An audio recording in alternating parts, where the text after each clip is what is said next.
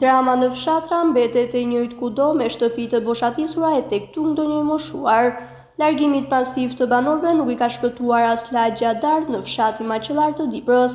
Në këtë lagje pjesa më e madhe e shtëpive janë bosh, ndërsa të moshuarit që jetojnë ende aty ka mbetur vetëm.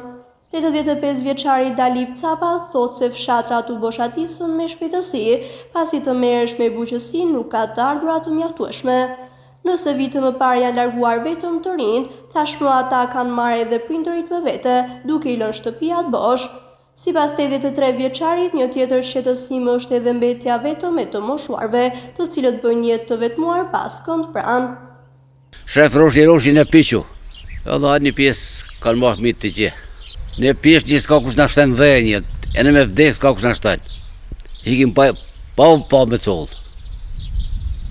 Lëmë luat e këtë vjene, unë me zgjetë batin, hika, pa.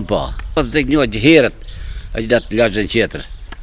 Në këtë 6 ditë e son filoni, son kërë shkone gjetër me nga t'i granjtë. I thajt dhe herën e hinmena. Për 83 vjeçarin Dalip Capa, kjo dramë që ka mbërthyer fshatrat me largimin e banorëve, sa vjene po bëhet më e dhimbshme.